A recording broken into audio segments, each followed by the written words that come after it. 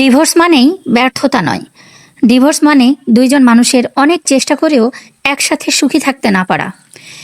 এটা হঠাৎ নেওয়া কোনো সিদ্ধান্ত আসলে নয়। এটার পেছনে থাকে না বলা অনেক কষ্ট, জমে থাকা নীরবতা আর অসংখ্য রাতের চোখের জল। আমরা সবাই হাসতে হাসতে আসলে বিয়েটা করে ফেলি, কিন্তু কাঁদতে কাঁদতে আলাদা হওয়ার গল্প যা আসলে কেউ শুনতেই চায় না।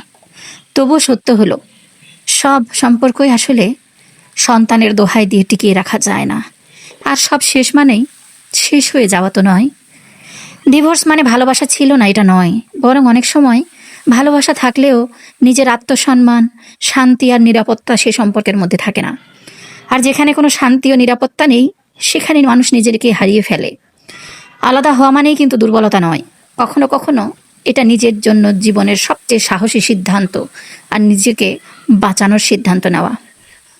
আজ যদি আমি আলাদা হয়ে যাই, তবে আমি হেরে গেছি তা কিন্তু নয়। আসলে আমি নিজের মূল্যটা শিখেছি। সমাজে হাজার হাজার লক্ষ লক্ষ নারী আছে, পুরুষ আছে, যারা সন্তানের মুখের দিকে তাকিয়ে ডিভোর্স নিতে চায় না।